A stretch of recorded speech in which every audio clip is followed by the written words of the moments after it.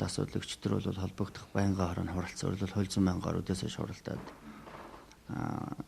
хоргийг бол үндсэндээ бол бүрэн бүтэн болгож чадсангүй л дээ, харамсалтай нь.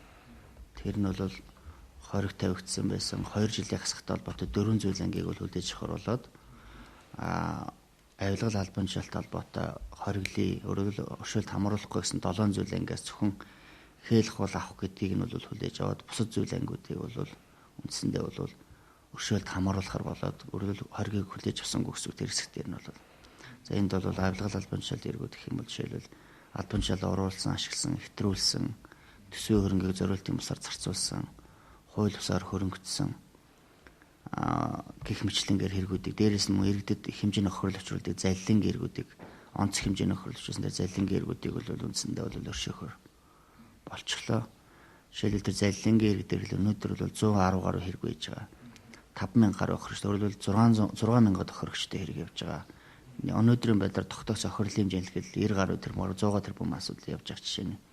Тэгээ энэ хэрэгүүдийг одоо яах вэ гэдэг асуудлууд бол болж байна л да. Тэгээ иймэрхүү байдлаар бол хориг бол бүтэн болж харамсалтай чадсангүй.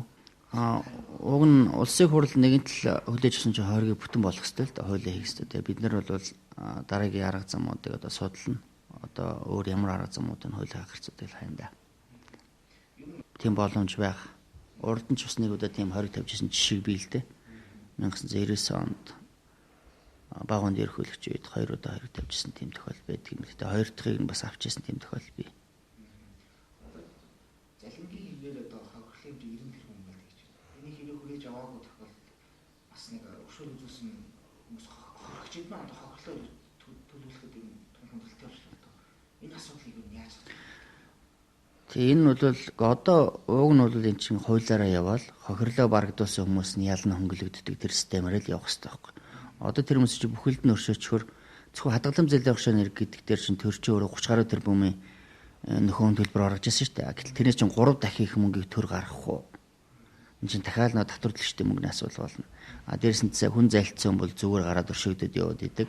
Залилуулсан хүмүүс нэг бол хохироод үлдэг, эсвэл төр өөрөө тэдний өмнөөс хариуцлага өгөөд тэр олон тэрбум гаргадаг гэж болохгүй л гэсэн.